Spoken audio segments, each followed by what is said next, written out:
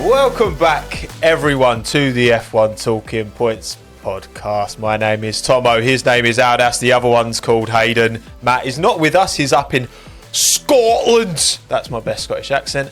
And better than my Total Wolf impression. Yeah, exactly. And today we are here to talk all about the US Grand Prix. First of all, boys, Aldas, how are you doing? You got back very late last night. You were on the last lap with me yesterday. What time did you get in? Yeah, listen, yeah, big plug. Go check that out. It was a busy day, full stop, early start, very late finish. Actually, technically, very early finish the next day. I got back home at like 2:15 in the morning. So, yeah, big energy. I've got to wake up. I'm gonna wake up as the podcast goes through. Don't worry about that.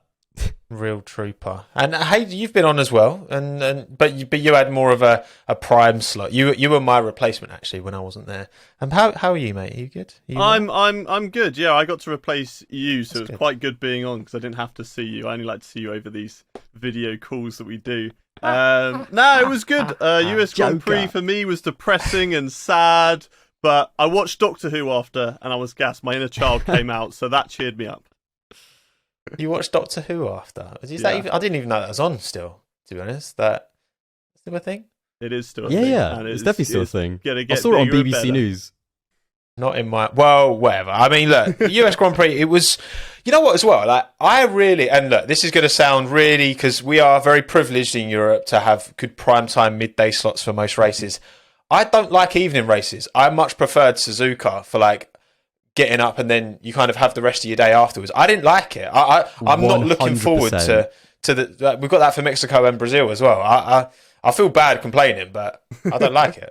I remember saying this actually a few episodes ago. Literally this exact thing. Like, I know a lot of people hate the really early starts in the kind of Australasia races in, Japan, and I think even the Chinese Grand Prix when it comes back next year. But I love those early races. Like, it's just so good waking up at 6 or something in the morning. I mean, for me at least, it's good because it also feels like Christmas a little bit. I don't know why. It just brings out that inner child of like watching F1 at 6 a.m.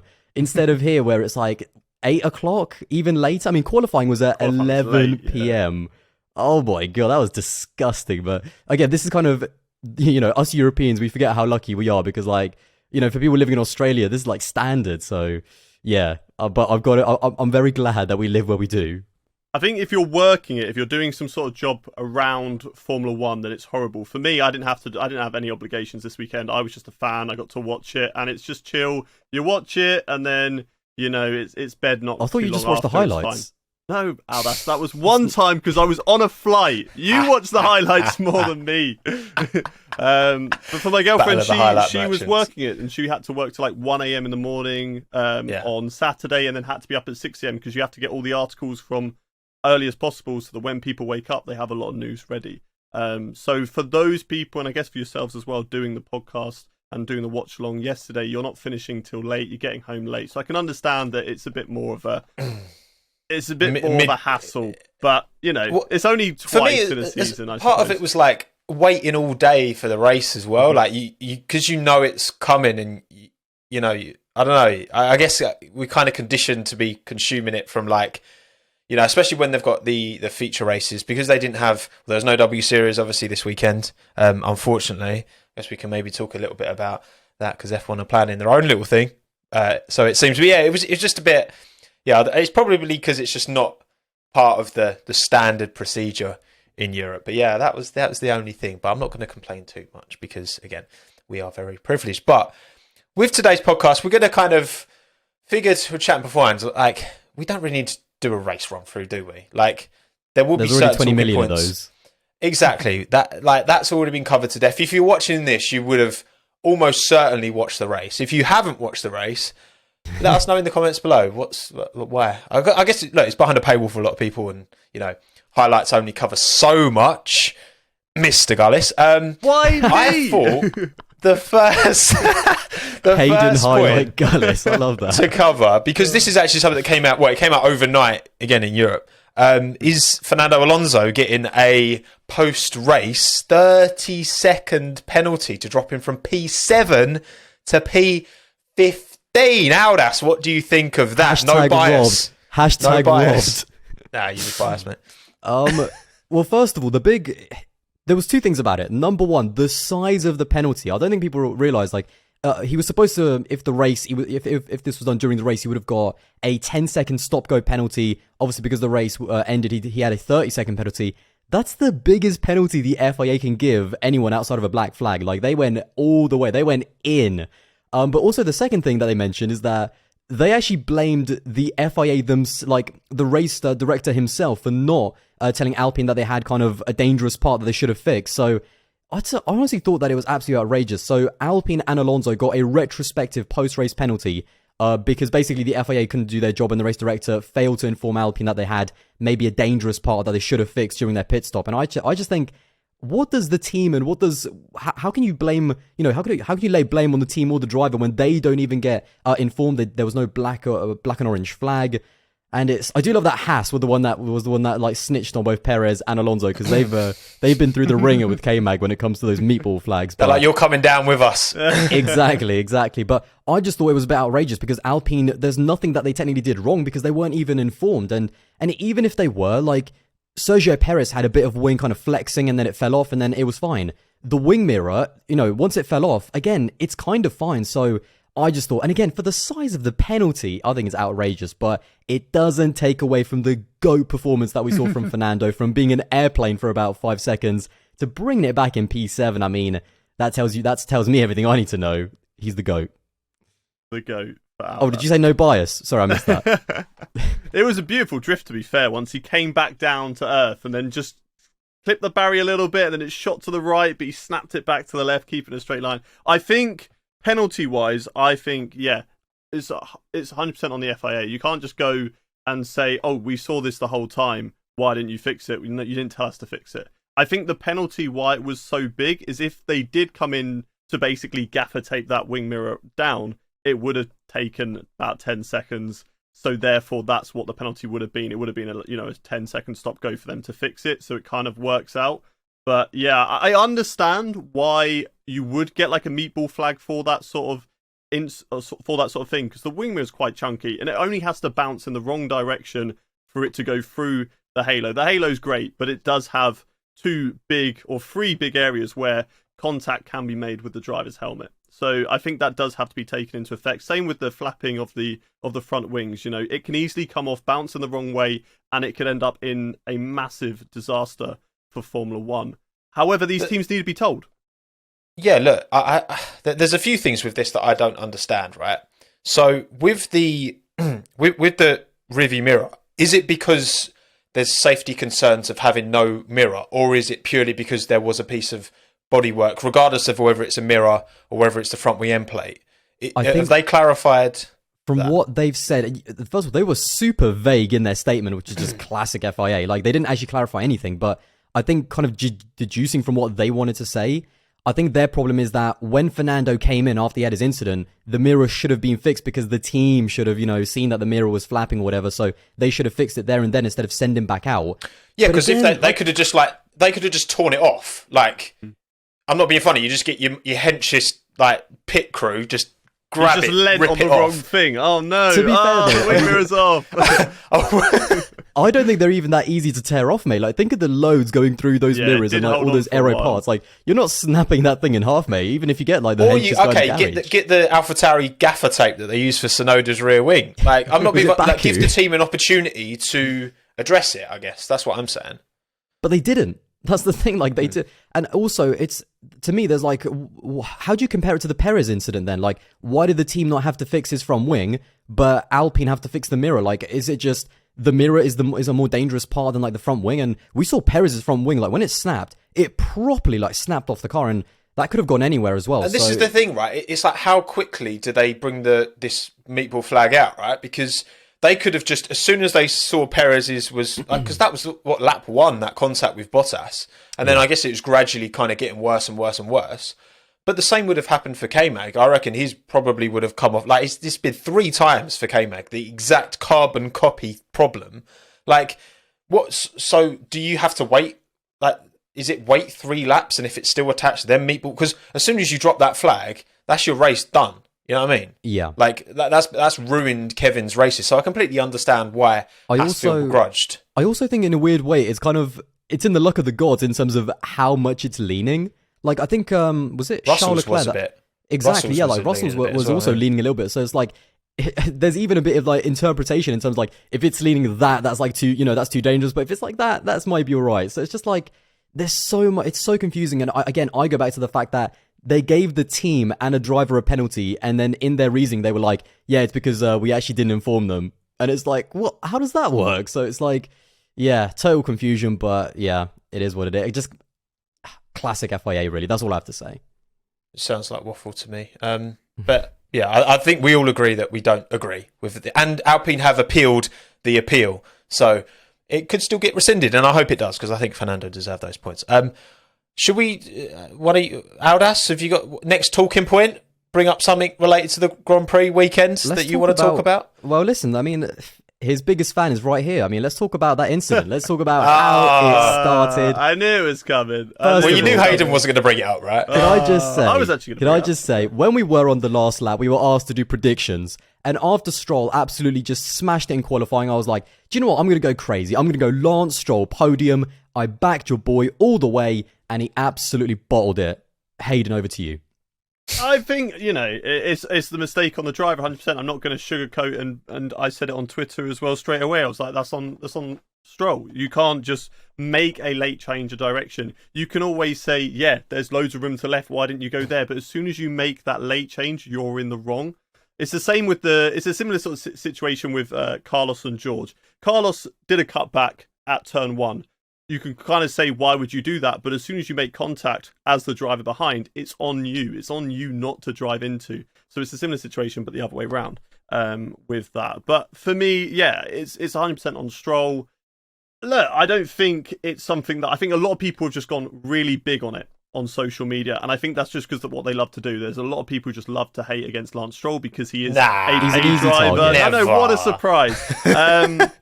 And Tomo, you're wearing Aston Martin colours. Mistakes. Like, he's had an incredible race weekend. It's ruined. There could have been some huge points for Aston Martin. Got unlucky with the safety car as well, and then that mistake was crucial. It was a stupid error. But the one thing that I loved was that he knew it was his mistake, because listening to that team radio, it wasn't like, oh, what the fuck is Alonso doing? Why has he crashed into me? It was just, I crashed. Like, I crashed, and it was just silence from that. Like, you knew, like. You couldn't really get much of a response from Alonso because at the time, I think he'd just come back down to earth. He's shaking, he's winded. So he's just like, thank God I'm still okay. Like, that's not gonna lie, I expected him to explode over the team radio. When I saw the Alonso team radio, I was like, here we go. But also, I'm not being funny, like, Stroll's his teammate next year, Aston Martin's his team next year. So also, because I know a lot of people are like, oh yeah, well, Fernando didn't really throw Stroll under the bus, because he didn't afterwards. They asked him about it, and he was like, well, these things, we just kind of turned left at the same time. If that's not his teammate next year, I'm sorry, Fernando, but you're not giving that same response. I don't know, because Fernando's Fernando. Fernando doesn't hold back. Fernando doesn't take no prisoners. He'll say whatever he wants to say, regardless of who his teammate is. We've seen him go up against teammates. We've heard stories of him but he's not even joined the team garage. Yet. Yeah, not even joined the team yet. And then, maybe it's because his dad is the guy who owns the team. That's but, what I mean. I think Fernando Alonso still carries his own, he will say what he wants to, even at the time. So I think for him to stay very calm and composed, and, it can also go down as a racing incident. I can see why he said that from that point of view. But, I agree that as the driver in front, you can't make those late changes.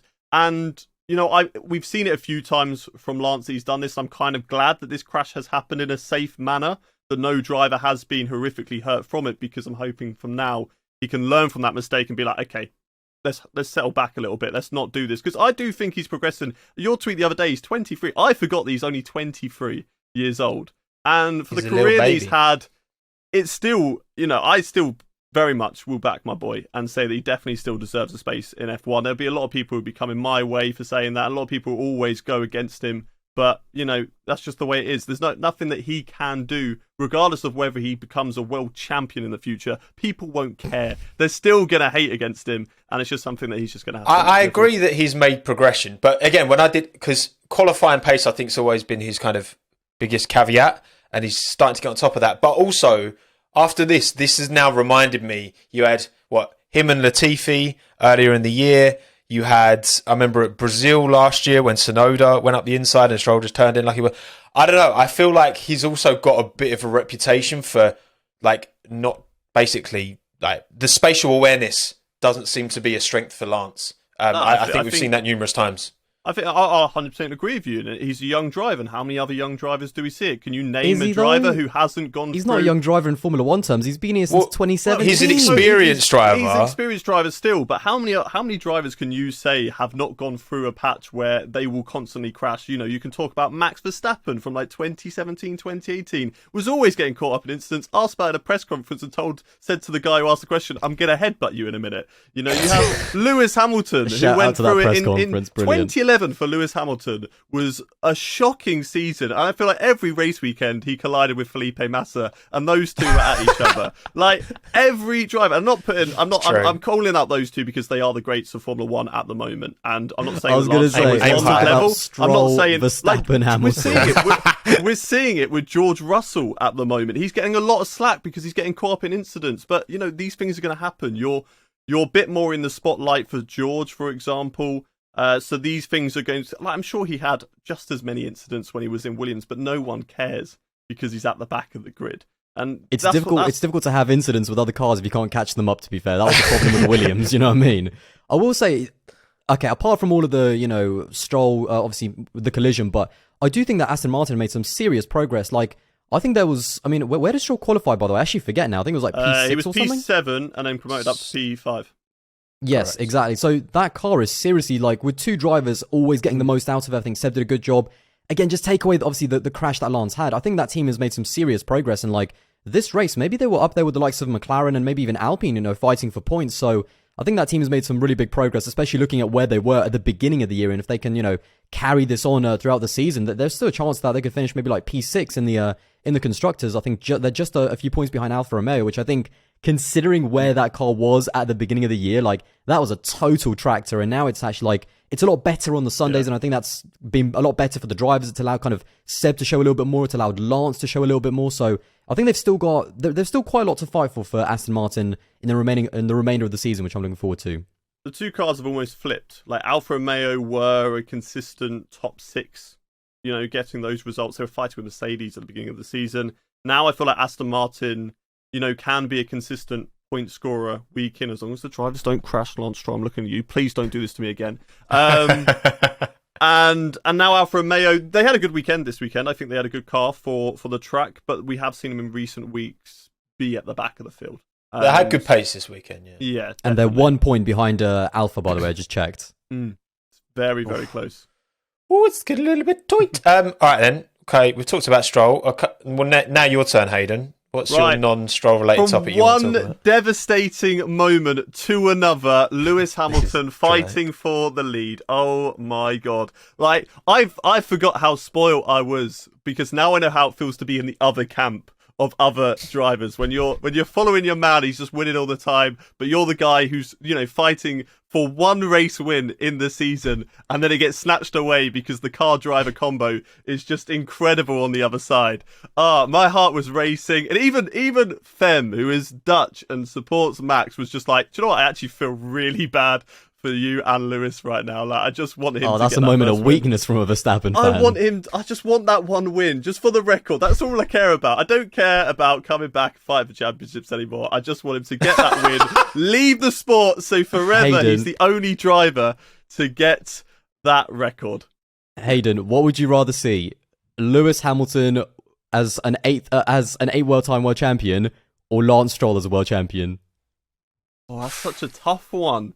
Do you know what? Lewis has already got 7, so... I'd love to see Lance Stroll as a world champion, just because Twitter would pop off and just be like, oh, his daddy paid for that championship. The sport would go into meltdown, # bought champion. Stop.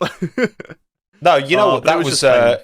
It was a good scrap. Obviously, you know, it was Red Bull's incompetent pit stop which put Lewis in that position. But again, I suppose that's been the case all year, right? If you look over the course of the season, like, the Mercedes can't fight with the Ferrari and Red Bull on pace, but their consistency, their reliability, the fact that both drivers have been, you know, especially Lewis in this last half of the season, has been getting the most out of that car, has meant that they can capitalise on these opportunities. And it was a big opportunity. It just wasn't If it had been like a Vettel 16-second pit stop rather than an 11-second pit stop, then that might have made the difference, because I think the gap opened up towards the end, didn't it? I was just hoping that Charles and Max could just keep on scrapping. I was like, Charles, keep going for these switchbacks. Hold him up, man. Come on. And it just failed. I don't know. I don't know if you guys know the reasoning for them not going for the mediums on the Mercedes, but maybe they just didn't have either the sets of tyres available, or they just thought their own tyre wear wasn't going to quite be on it. But yeah, Red Bull and even Ferrari for once, right strategy call to both go on the mediums because they were the quicker tyre. But for Mercedes, right? Plan E. But for Mercedes, I think they have definitely stepped up. They brought upgrades this weekend. They have stepped it up, and I feel like they are potentially on par, maybe even with the Ferrari in terms of race pace. Like totally, because Charles on the mediums didn't get near him. Like Lewis's tyres were dying at the end, so Charles was pulling him back in, but that's only because he like dragged the shit out of that car to try and stay in the lead of that race. But I think, yeah, the Ferrari and the Mercedes are on similar. And please, Toto Wolff, he's given me hope. He said Mexico is a track that suits them a bit better. Please, man, please, just the one. That's all I want. Hope that kills you, Hayden. Yeah, I know. I do think, actually, really quickly, I do think it was a bit odd that they didn't run the mediums on the final stint. Again, maybe they didn't have the tyre, but I mean, I'm looking at like the info now. Lewis already ran the hard tyre in the middle stint, so it wasn't as if he needed to run the hard tyre. Like again, both Max, both Perez and Leclerc, like they all ran the mediums at the end. So yeah, it's a weird one because maybe that kind of tyre advantage would have just given him enough, but I think Max did overtake him with about 6 or 7 laps. So is the medium to hard offset, would that have been enough? I don't know, but yeah, Mercedes chose the hard tyre. I'm not sure about that, but yeah, it was still good. And I was saying this actually on the last lap podcast, like or as on the stream, like it was so 2021 vibes, like watching Lewis versus Max, even though obviously there was a much bigger like car delta compared to last year. It was so like just bringing back to a year ago, and so yeah, that was good to see for sure. I do maybe think. Maybe this is harsh, but I think maybe Lewis could have defended that overtake a bit better up the inside. Yeah, we say this a lot, but I think it came at like the last moment. Like it was a lunge from Max. He kind of did move in the braking zone over to the inside. But that's what Max does. Yeah, I know. But I feel like for me, if you're moving early to defend the inside when the car's not even close to being alongside, obviously don't do a Lance Stroll. What's on you? Go really, really late. All right. But, if you go over really, really early to the point that they're not even behind you at the start of the braking zone or alongside at the start of the braking zone, then you kind of compromise yourself and you give the guy, okay, cool, I'll just switch you back. So, yeah, I just feel like it was unexpected. But then at the same time, like, he could have defended once, but then the next lap, he's going to get him. Yeah, Max would have got him in the end, for sure. Yeah. The problem is, like, the gap always looks so much bigger, but for Red Bull, as soon as they're within that 1 second, you're done. You're done. As soon as they've got DRS, you are done. You haven't got a chance. So because their aero's so good that even with the dirty air, they're still able to follow better than anyone else because they just have that platform is just so good. Yeah, the Merc was better in all fairness in Sector 1 and slightly better maybe even in Sector 3. It was chopping and changing a bit. So the aero for the Merc does seem better than they seem to be all right on kind of high speed corners. Yeah. It's just the low speed in the straights where they really struggled, and that's kind of most of the second and third sector. So yeah, it was. I think Lewis, even if he held him off, it was a really good lunge by Max. I mean, he's known for those kind of lunges, especially with that car. So yeah, I don't. In the end, I don't think there's much Lewis. He could have defended, of course, maybe even saved himself another lap and continued it. But yeah, it's weird kind of defending the inside when there's no one even there. So yeah, it was just one of those. It would have been in vain eventually. I did love after it the bitching, the snitching of just like he's gone wide, and then Lewis got the black and white flag straight after. He was too focused on Max. Yeah, you know what my favourite bit was though? Lewis, come on, man. Lewis was like running out of corners to snitch on. It was like turn 1, turn 3, turn 8. Yeah. It was just like brilliant. Turn 72. Exactly. Not that many corners, Lewis. Well, there is now. Yeah, that was. No, it was good vibes. It was nice to have a genuine, because I genuinely believed Lewis would win towards the end. I was fully on that train, and unfortunately it wasn't to be. So that's always nice though, actually having a proper scrap at the front, because all too often this year, from a neutral entertainment point of view, Max has just been able to check out and just look dominant. Off track though, I want to now talk about, well, I guess kind of two things. One, the pathetic attempt at a flag wave from Tim Cook. Honestly. And then also, I also want to talk about F1 just had a massive hard-on for Brad Pitt this weekend. I was literally going to talk about that. Like, honestly, fucking hell. Honestly, he's just a human being, man. Calm down. He's not that big of a deal. Was he at the F1 this weekend? Sure, no, yeah. Funny enough, he was, Hayden. Wow, I didn't notice, to be fair. Oh my god. Didn't see him on the highlights. No, I reckon, to be fair, if we watch the highlights back, I reckon he is there in a shot in the highlights. 100%. Aldas, is he on the highlights? You've definitely watched it. Are you trying to like lay blame on the highlights allegations on me? I'm just saying, you like to watch back, you like to refresh your memory. No. To be fair, I did watch the race back in full this morning, just like kind of refresh myself. But honestly, mate, that guy was everywhere. Like from all the way from, I get that, obviously he's doing like, I think a movie to do with Formula One. Like Lewis is also helping him to make sure that everything's, 100% and just a little bit of input there and there. But he was literally everywhere. Every single social media team posted a picture of him. He was in every single garage. I think he was a marshal at one point. He was also on the grid as well. And it was just like, oh my God. Driving around in Nicholas Latifi's car. No one noticed because he was at the back anyway. And all that, and he runs Latifi away had a from blinder Martin up against Brundle. Ricciardo, by the way. Oh yeah, he runs away from Brundle on the grid walk. All of that as well. Yeah, I'm like, come on, if you're the full experience. He's not that apart from bad, Ed Sheeran had a chat. He kind of was running though, wasn't he? Yeah, he was also kind of running. It was very short answers, wasn't it? Well, they're two boys from like that part, same neck of the woods as well. We should have had the grid walk presented by Martin Brundle and guest host Megan Thee Stallion. Could you imagine? Just both of them on the grid walk after last year? It would have been absolutely incredible. Oh my God. Don't worry, Martin. When I make it and I'm on the grid, I'll talk to you. No problem, mate. Did you see as well? So obviously it was Tim Cook, who's Apple kind of CEO, and he was he did the flag wave at the end, which was pathetic. But also, can you on even the grid call walk, that a flag wave? By the way, Martin Brundle pushed past him to check on the Mercedes because they were worried about the brakes. Yeah. He was like, "Oh, excuse me," and it's just Tim Cook just like getting out of the way. I don't think obviously Brundle didn't know who he was. But honestly, what was that flag wave like?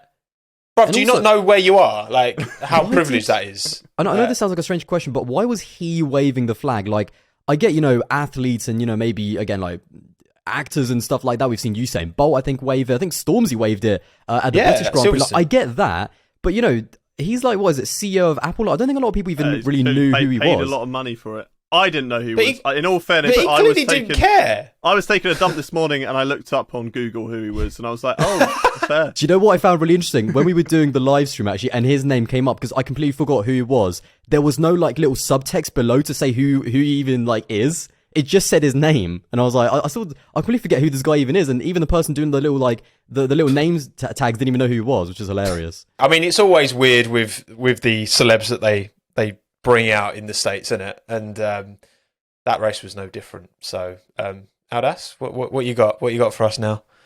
I mean, you absolutely stole my Brad Pitt line, but we've got to talk about the guy who came into the weekend riding high on a horse and finished behind Nicholas Latifi, I believe. And that is a certain Daniel. Oh no, with us today. Actually no, he didn't. Nicholas Latifi actually finished just behind Ricciardo, but.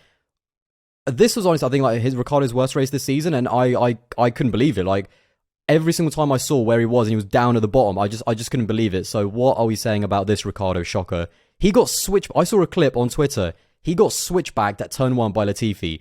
I didn't even realize Latifi even knew how to do switchbacks. What even is that?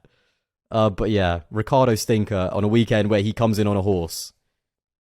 That's the line. Riding low this weekend.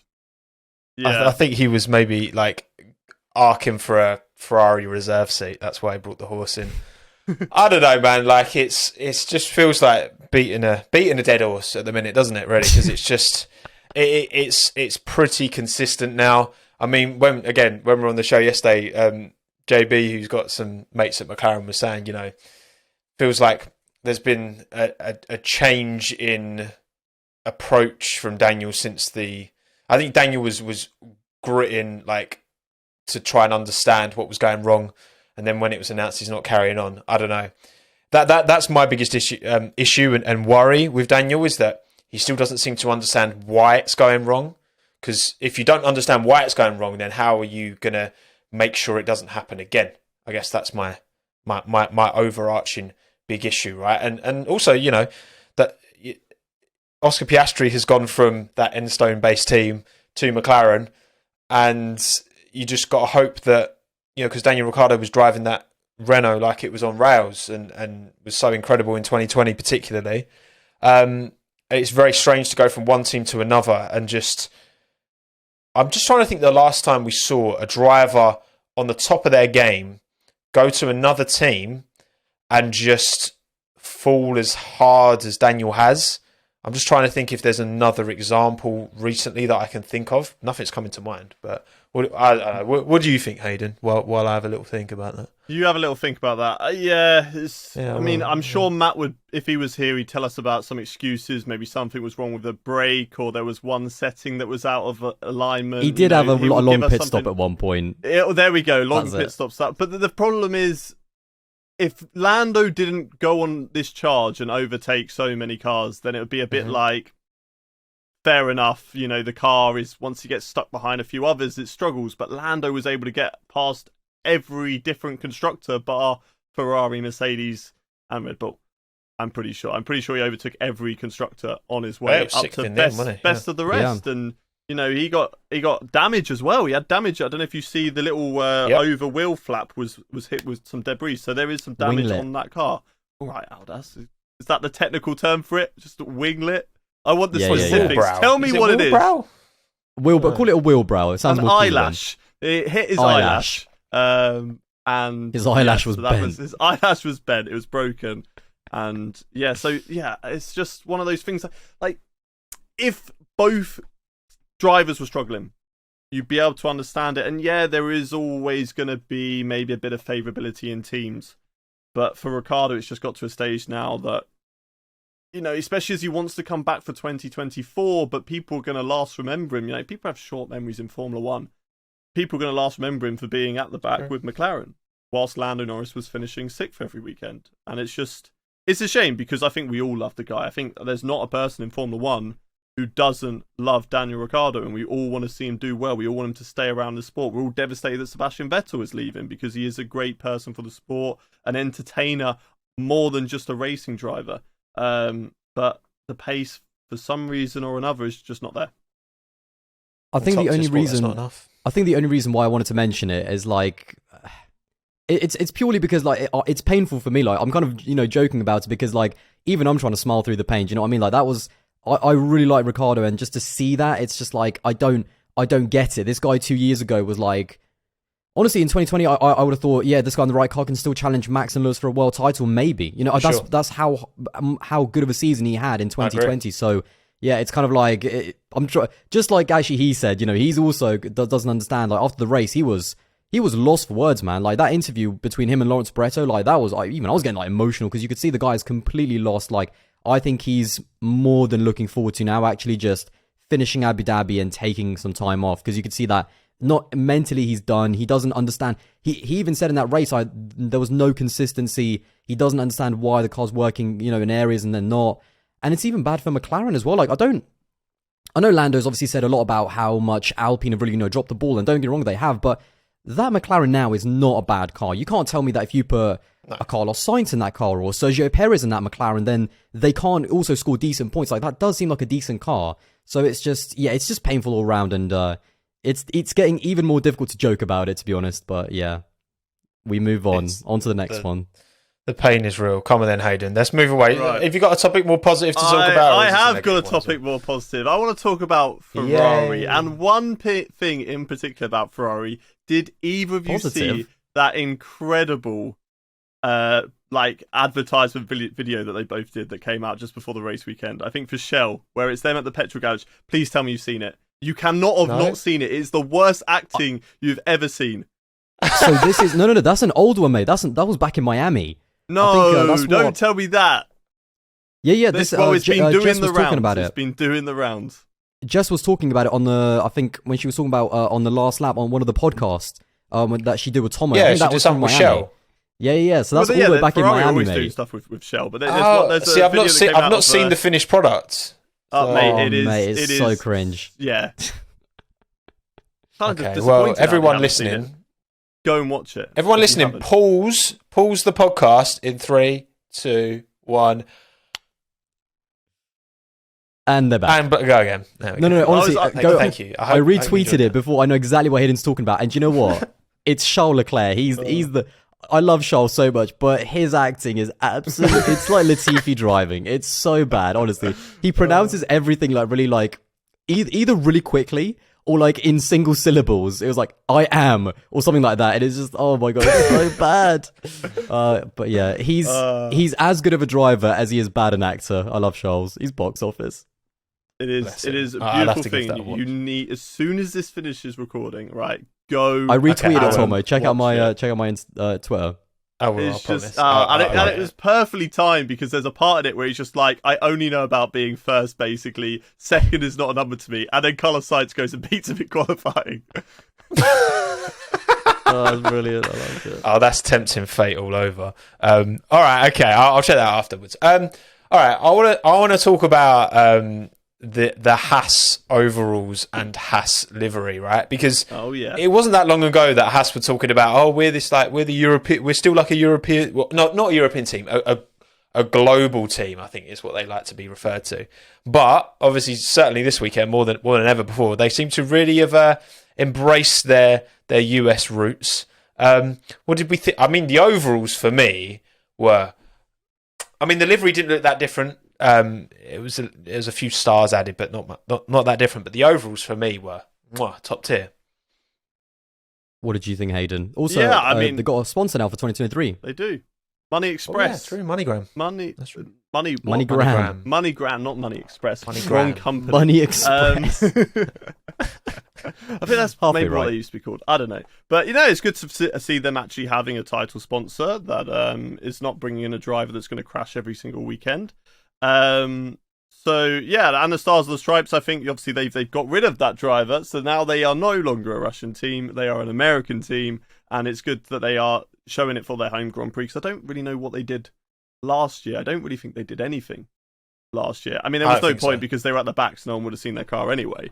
But it was good to see not too much on the livery, so it wasn't too much of a change, which I don't mind because I actually really like the Haas livery of this year. It's very subtle, very simplistic, but it's nice. And the overalls were good. I only saw like one picture of them, so I can't really give too much of an opinion on the overalls. The pictures were amazing though. I mean, Mick Schumacher in like a cowboy hat with like a pool cue as well. I mean, they went for like all of the Austin and like Texas stereotypes in one. I think they nailed all of them. They went all in. To be fair, the race suits were absolutely top tier. They were banging. I mean, they were A1. I absolutely loved them. And I feel like I tweeted about this as well. I feel like Haas they're a bit too vanilla. Like, I would not even, if I didn't know that they were an American team, I would not know from where they're even from. Like, I feel like they don't kind of embrace their American roots a little bit. I feel like they have that kind of unique angle as the only American team, but we don't even really know about it. I mean, it's just, I feel like there's so much potential in that team to have an interesting livery, like really go be the over-the-top American team, but I feel like they don't lean into it enough. So, yeah, hopefully with, I forget, is MoneyGram an American sponsor? I forget now, but yes, hopefully they can hopefully they can embrace a little bit more of that and kind of really kind of be the American team, because they're still a little bit, their cars are, don't get me wrong, they don't look bad, even, throughout their history, but they've always been either grey or white and a little bit forgettable for me, in my opinion. Yeah, I just think like identity is something that they don't have, and that would be nice to see. All right, I don't know what their brand really is. They don't have a brand image to me, if that makes sense. True. Come on then, what's the next? What you got to say? What you got to talk about? Come on, quick and fast. Is it me? Yeah, sure. Okay, it's got to be. It's absolutely got to be Sebastian Vettel. I mean, I'm still getting over that last lap battle between him and K-Mag. I mean, in the end, he finished, I think, P7? Yeah. Especially after that, 17-second pit stop, which is just beautiful. Brilliant work by the team. But no, Seb was on one. He got a little bit lucky with the safety car, no doubt, to kind of overtake Lance initially. But from there, I mean, he was absolutely on smoke. I mean, he was always... Again, that car does seem to have pace, but he was pulling off some unbelievable moves, and we keep getting a reminder that he's leaving at the end of the season, and it's so good to see that he's not phoning it in now that he has announced that he's retiring. He's not got one foot out the door. He is still absolutely committed to delivering every single race. I think as the cars got better, he's also driving a lot better. He seems a lot happier, and again, some of those moves, I mean, the one I think it was around the outside of Albon, and then on that final lap, I mean, that was such a committed move. against K-Mag. You can see the car was like just sliding and he's just controlling it the entire way. And then, into the last couple of corners, he overtakes K-Mag. I thought, Seb was just producing absolute bangers in terms of overtakes this race. Driver of the day for him as well. Driver of the day. No, it was a brilliant drive. Stroll did have him in his back pocket the early stage of the race, and then of course Fernando Alonso destroyed that back pocket.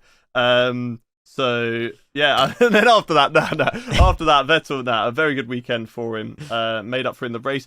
We fly the flag for Aston Martin in this household, and we were at one point devastated because what looked like could have been a 5th, 6th, like amazing points for the team. Mate. At one point, it was like we've got no sad. points. That's it. That's race done. But I'm so glad that Vettel came back, got some good points for the team, and the fact that we're only just behind Alfa Romeo now, I'm very happy. I'm very, very happy. What is it like between you and Fem when it's Lance Stroll always at fault?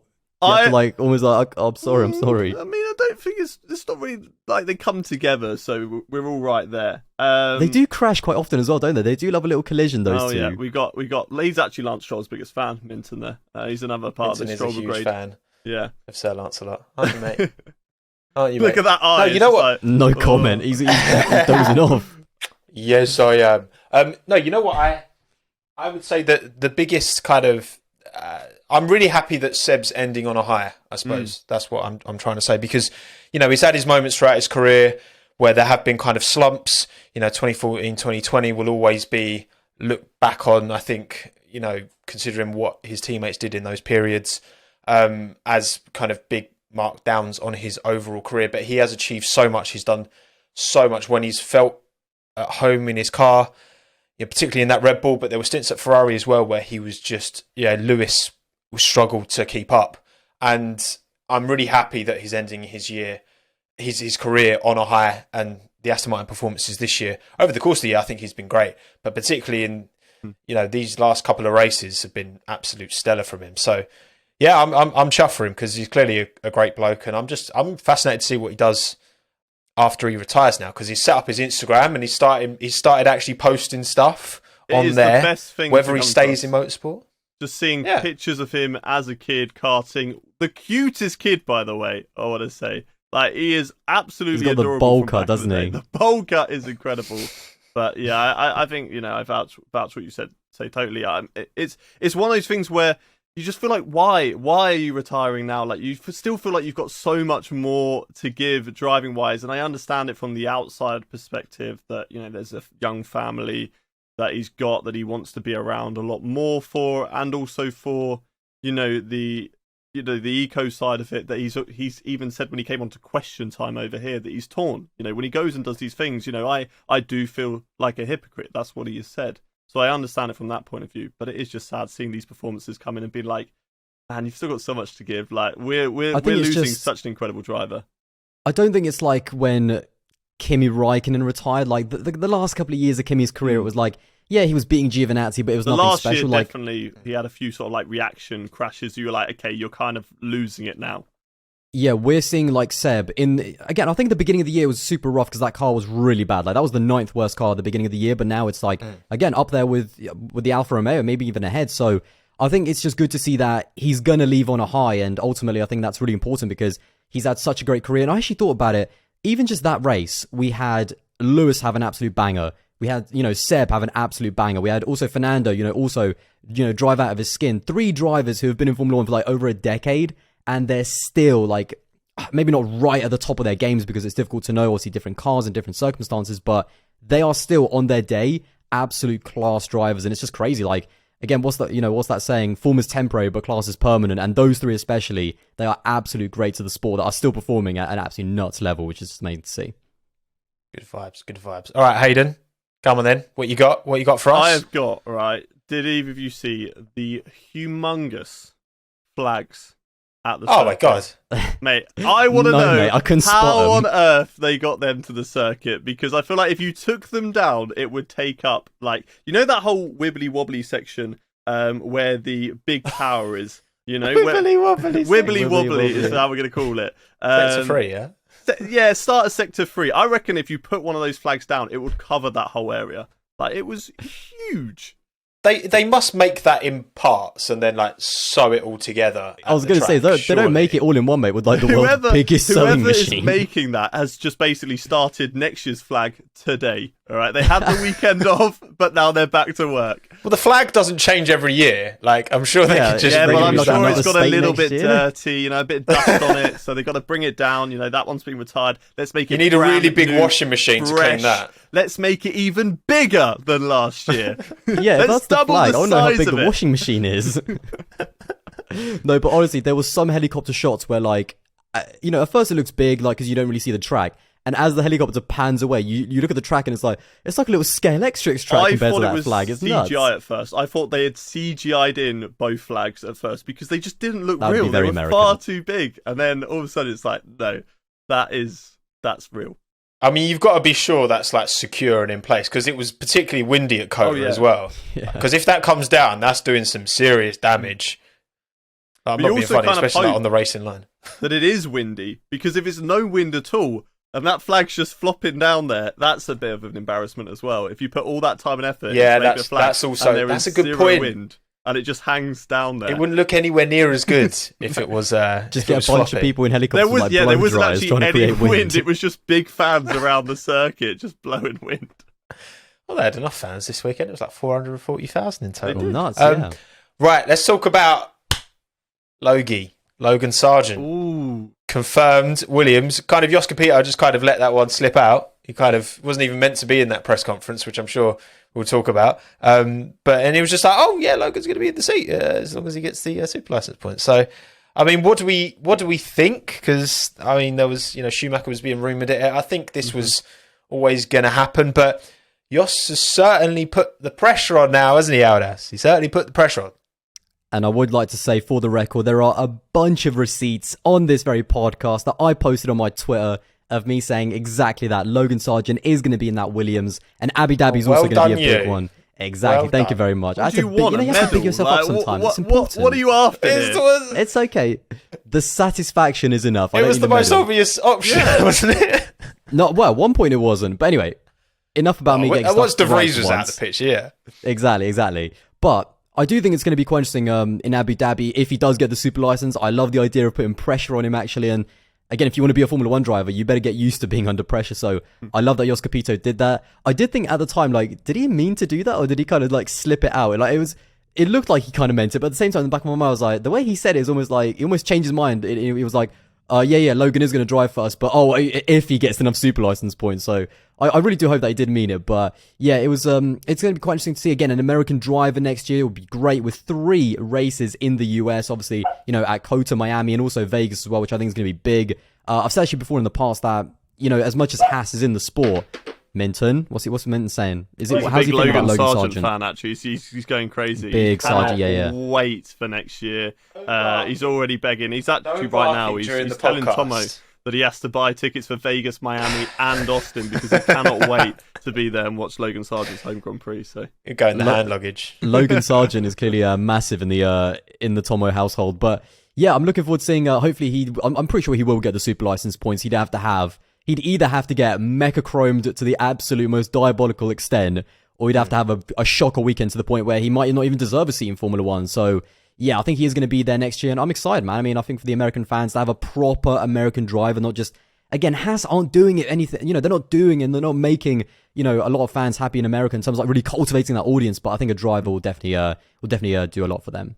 I think it's easier as well to get behind a driver than a team. I mean, apart from Ferrari, I can't think of any other country that's really got behind. It's not like Germans go crazy for Mercedes. It's not like you've got Austrians going crazy for Red Bull, but Ferrari do go crazy for Italy do go crazy for Ferrari, apart from that small area that go crazy for AlphaTauri. But you don't really get that apart from Ferrari. So to have them finally having a driver that has a full-term seat. I mean, I can't remember the last driver who had a full-time seat.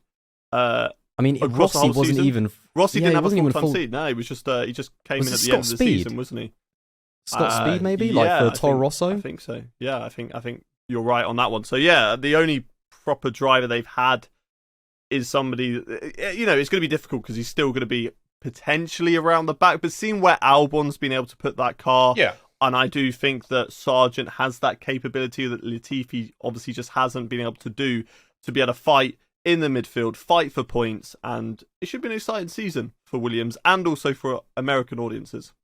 Yeah, I think given this is the first season of new regulations, we've got every team has scored multiple points. I think, again, Albon in that Williams, if you had two Albons, like Williams wouldn't be as far off the back as they are. Like I think they'd still probably be at the back, but they wouldn't be as far off the back as they are. And yeah, I think given I mean, technically they would. But I mean, given it's a new set of regulations, I just think that actually I've been quite impressed by the field spread. It's not been as extreme as I thought it would be. So I think that's going to help. Because I think it's important that Logan is also not just he's American, but also somewhat competitive. Because you can't get excited about someone just driving around at the back. But the Williams, I have a question for you, Tomo, though, because in 2023 we're going to have Alex Albon. You're a big Albon fan. You're a big Sargent fan. In the same team, is this going to be almost, because it can go two ways with you, is this going to be like your ultimate team, you're going to absolutely stan Williams, your two big drivers that you support, or are you going to have to pick sides? Like, am I going to support Albon now and I've got to fully commit, or am I going to jump ship and support Sargent now and goodbye Alex? No, Albon's my boy. He'll always be number one. Okay, but I mean, to be fair, my ultimate team would have actually been Albon Ricciardo. If that had happened at Williams, I would have wept with joy. That would have been incredible. But I'm gassed for Logan, and doing the numbers, he needs to get outscored by this.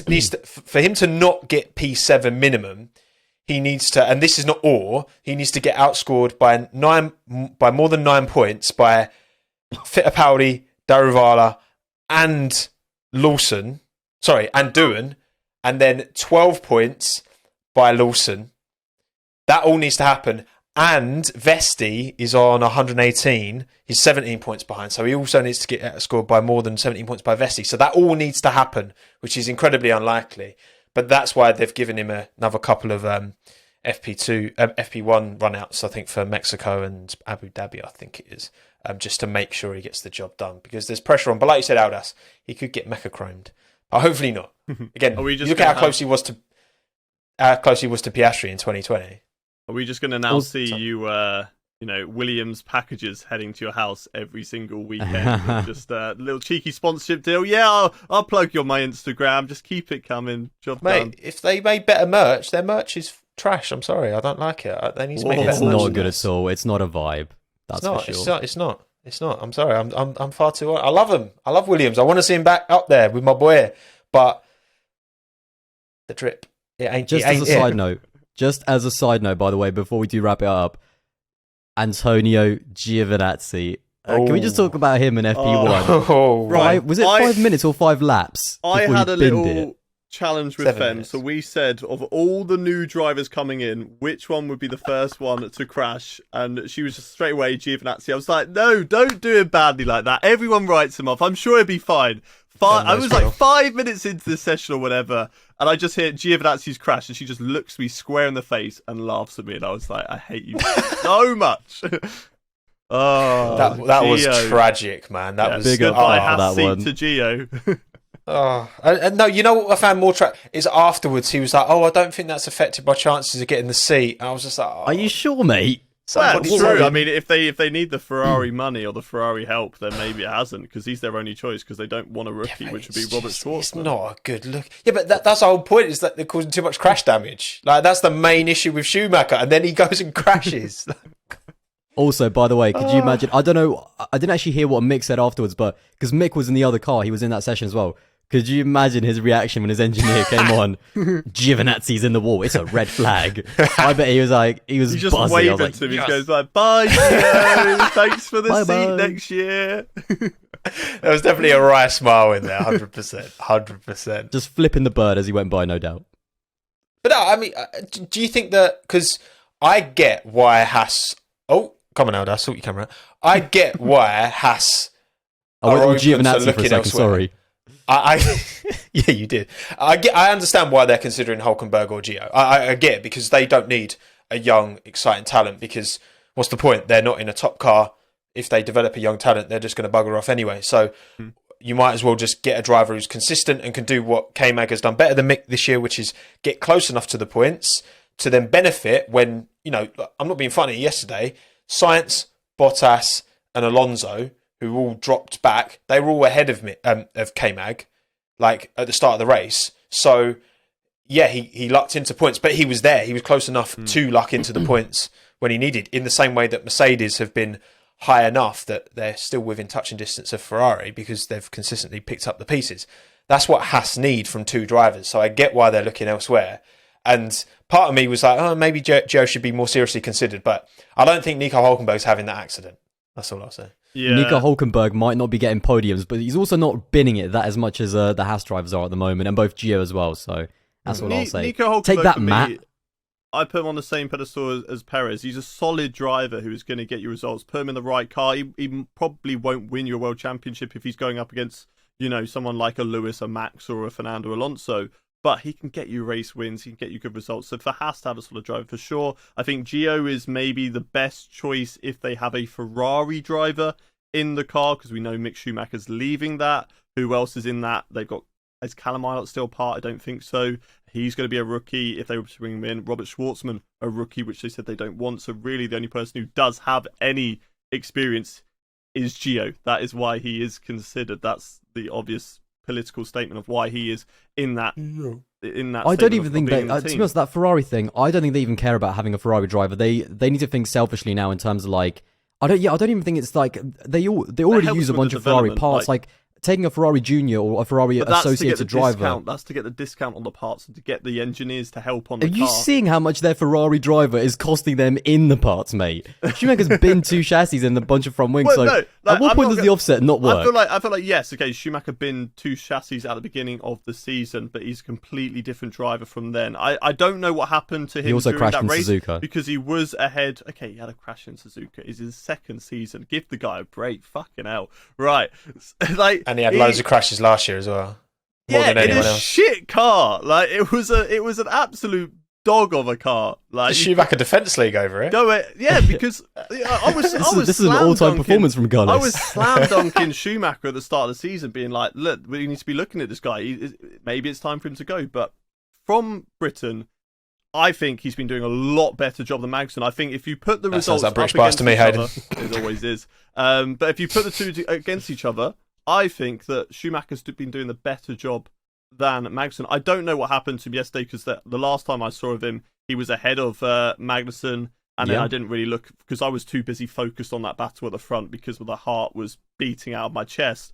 I didn't really look at who was fighting for points, and then I see that Magnussen was ahead of him. So I don't know what happened to Schumacher in that race, but over the majority of this second half of the season, it's been Schumacher over Magnussen, and if they're keeping Magnussen, they should keep Schumacher as well. I totally understand that. Don't get me wrong. Like, all joking aside, it's still in Mick's hands to be in that seat for next year. But over the past couple of races, because the Haas has dropped off, and he has been a lot closer to K-Mag in qualifying, he's even out-qualified him a few times, he could almost use that excuse to say, yes, I'm not scoring points, but I'm still, outperforming K-Mag, so, relative to where the car is.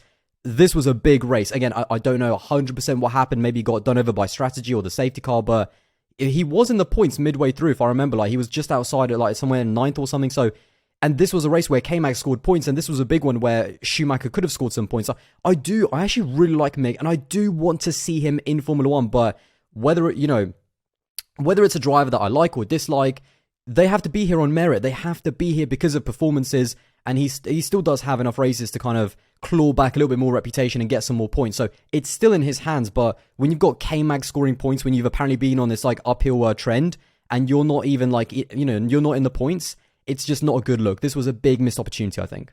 Yeah, I feel like the team are putting too much, like what Haas should be looking at is average finishing position, average qualifying position. Like whether or not, like we've made a choice as a sport to give points to the top 10. What if they gave points to the top 20, like to everyone, and then you just had, you could get points for finishing P19, like if you get 1 point, or I don't know, like if there was a different point scoring system, then, so I don't really understand. I think that's more, they're just trying to put pressure on Mick to try and get more out of him, and obviously Gene Haas talking about, he's an expensive driver, which again, I think if Mick was showing enough raw performance to justify the risk of, you know, him being this rough diamond, kind of with like Yuki Tsunoda, where Yuki's made some silly mistakes, he's caused damage. I think Yuki's shown a bit more raw. I think he's shown more excitement to me in terms of potential pace. But he also shunts and he a scored lot. points in that race as well, by the way. Red Bull First time since Spain. Yeah, like Red Bull can afford to take that risk with Yuki because it's their second team, AlphaTauri. Haas can't afford to take that same risk with Schumacher. So that's all I'm saying. That's why I kind of understand why his seat's up for contention potentially. But Hayden, should we go to you for the final point? Then we'll have all done 3 each. Final point. You put me on the spot. I thought we were done. Dig into that brain of yours. What happened? What did I see from the highlights that we need to talk about? I mean, let's talk about it. Big Shaq's return. I mean, on the car again, and for the whole Red Bull team. And let's actually leave on a really nice note. For Red Bull to win the Constructors' Championship, it was a tough weekend for all of them. And you really... I don't think we necessarily see this human side too much from teams and personnel, and for somebody who's so closely related with the team, the founder of Red Bull, to pass away the day before qualifying, I believe it was, or on the qualifying day, and to see Max Verstappen on the podium, and there was definitely tears in his eye. Even Christian Horner, you could see him with the whole team when they were in that car. You could see that how much it just meant to the team. So it's a shame that, you know, he wasn't able to see his team win a second constructors, win the constructors title, win a second championship this season, which is such a shame to not be able to see that. But it's just so good that the team, you know, did it in such a right way. We're playing like the Rolling Stones all weekend because it was a band that he loved, and you know, went about the right way, got on with the job still, got the result, and all that emotion coming out at the end. It was beautiful to see. I think also he did. I think he did get a chance to see Max Verstappen become a 2-time world champion, and that's like, it's a shame that he didn't, again, like you said, not to win the constructors, or at least that he did not get to see it. But the team went about it the right way, and they honoured him in the best way possible by, you know, clinching the constructors title, which is absolutely massive. As much as we love, you know, the drivers title, and that's the one that the fans, you know, really care about. The teams care about the constructors. That's where all of the team kudos are. That's where all of the money is as well. So yeah, they honoured him in the right way, and it was actually really cool to see, and just shows the impact of him and Red Bull in general. All of the drivers lined up that have ever been associated with Red Bull, and it really does paint an unbelievable picture of how many drivers have actually, like, at some point in their career have been helped by Red Bull. And it all began because he chose to invest in Formula One, do it the right way. You know, Red Bull, they took over, and Dietrich took over a failing Jaguar team that was just, you know, Ford were pouring money into a failing team, doing it the wrong way. He did it the right way. And also, you know, bringing in Christian Horner, the youngest ever team principal, and then getting Adrian Newey, which was massive at the time, and becoming world champions in a pretty fast, like, timeline, to be fair, for a brand new team and a brand new organization to start challenging for wins in 2009, then win 4 in a row with their own driver, their own young driver, and that all comes back from the ethos of Red Bull, and also from Dietrich as well. He's a silent figure, and he's made a massive impact on the sport, no doubt about it. And you see kind of pictures of him sometimes, you know, I remember with Seb when he won his titles, and with Max as well in Austria, because Red Bull obviously owned that track. But yeah, he's a massive figure that's not done just a lot for Red Bull, the Formula One team, but Formula One in general. So yeah, they honoured him in the right way, sealing the title, and Max winning as well. Yeah, that's it. Like Red Bull's legacy, not just in F1. You look through all the junior categories, you look through sports outside, like, you know, they're known for kind of their activities in extreme sports. At the end of the day, yeah, Dietrich, he chose to put his wealth and the company's value into these sports that, you know, unfortunately we are in a position where, you know, F1 has to rely on the investment of large companies. It's not as self-sufficient as maybe it should be. And so, you know, having a company like Red Bull come in and support so many junior careers, there's been a lot over the years, a lot of shit thrown at Red Bull's junior program. But you look at the amount of drivers they've given opportunities to, because they're not looking to develop drivers. They're looking to take talent and give talent an opportunity to thrive in a sport that, you know, the socio-economic walls around actually achieving anything, regardless of, it's not a meritocracy. Like, having the talent is not enough. And yeah, like it's a true legacy to the sport. And that's what I mean. I feel as well, you know, I think when we saw that press conference and Christian was really kind of going in on the he was very much taking the his fight or flight, isn't it? And he was very much going on the offensive. And I think, can't say for sure, but I imagine Christian was aware of the news or the state of things at the time. It wasn't, public knowledge. But I mean, there was rumours of this weeks and weeks ago. I remember seeing doing the rounds. So there was clearly an ongoing solution. Yeah. Even in Japan, there was rumours of it. And I feel like Christian.